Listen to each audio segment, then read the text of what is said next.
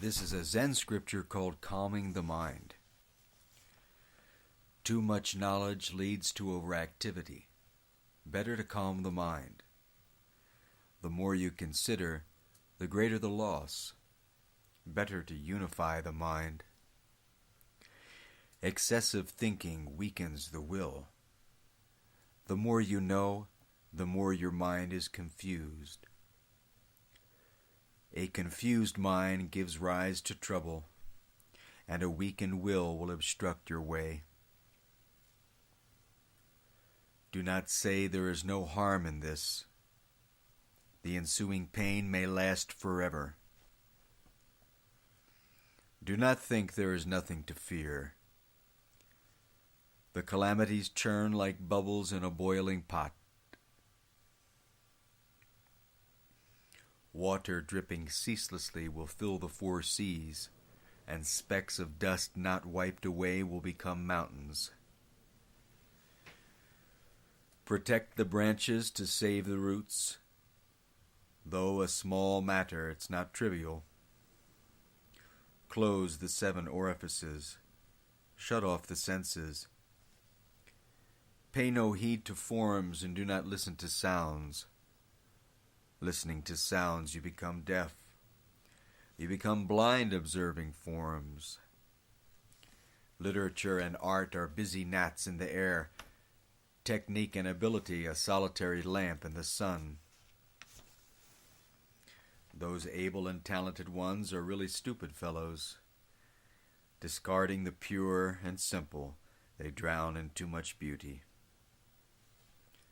Consciousness is an untamed horse, the mind an unruly monkey. If the spirit is overactive, the body will sicken and die. Wrong conduct ends in delusion. Those treading this path become mired in mud. To regard ability as precious is called confusion. To exaggerate clumsiness and covet skill does not lead to great virtue. Of much fame but little contribution, their reputation quickly crumbles. Merely reading books is of no lasting value. Being inwardly proud brings the enmity of others. Using speech or written words to gain the praise of others is something most repulsive.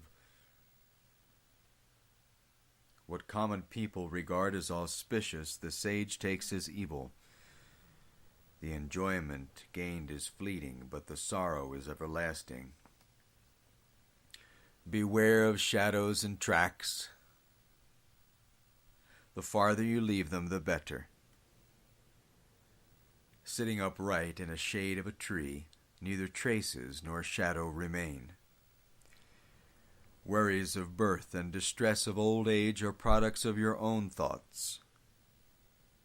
If the mind's thinking is ended, birth and death are forever cut off. Not dying, not born, without form or name, the way is empty, spacious, tranquil. The myriad phenomena swirl and are equal. What is of value? What is cheap? Where is there shame or glory?